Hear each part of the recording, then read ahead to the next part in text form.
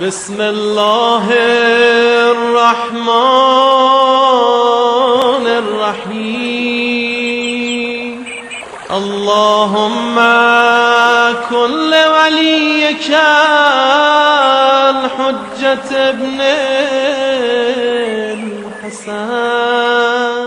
جس طرح مسجد سہلا اور مسجد جمکران کو امام مہدی علیہ السلام سے خصوصی نسبت ہے، ایسی ہی ایک مسجد صبور بھی ہے، جسے امام زمانہ علیہ السلام کا معجزہ قرار دیا جاتا ہے اور جو ظہور کی نشانیوں میں سے بھی انتہائی اہم ہے۔ بحرین کی مسجد صبور دنیا بھر میں مشہور ہے۔ اسے کچھ لوگ مسجد بلا سقف بھی کہتے ہیں، یعنی وہ مسجد جس پر چھت نہیں ہے۔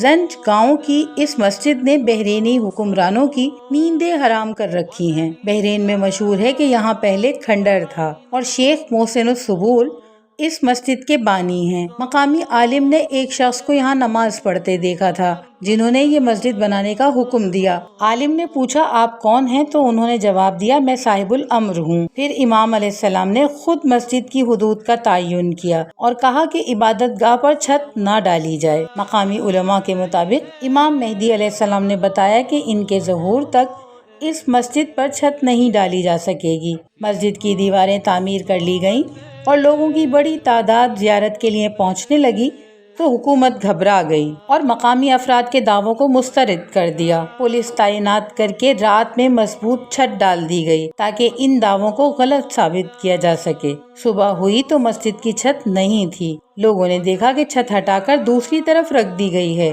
اس واقعے کے بعد لوگوں کے عقائد مزید پختہ ہو گئے۔ یہی نہیں، مختلف ادوار میں اس پر چھت ڈالنے کی کوشش کی گئی لیکن ہر بار ناکامی ہوئی۔ 6 میٹر لمبی اور 6 میٹر چوڑی اس مسجد کی 16 اکتوبر 2009 کو تزئین و آرائش کی گئی۔ اگرچہ حکام نے کئی مساجد شہید کی ہیں لیکن اس طرف رخ کرنے کی کسی میں ہمت نہیں۔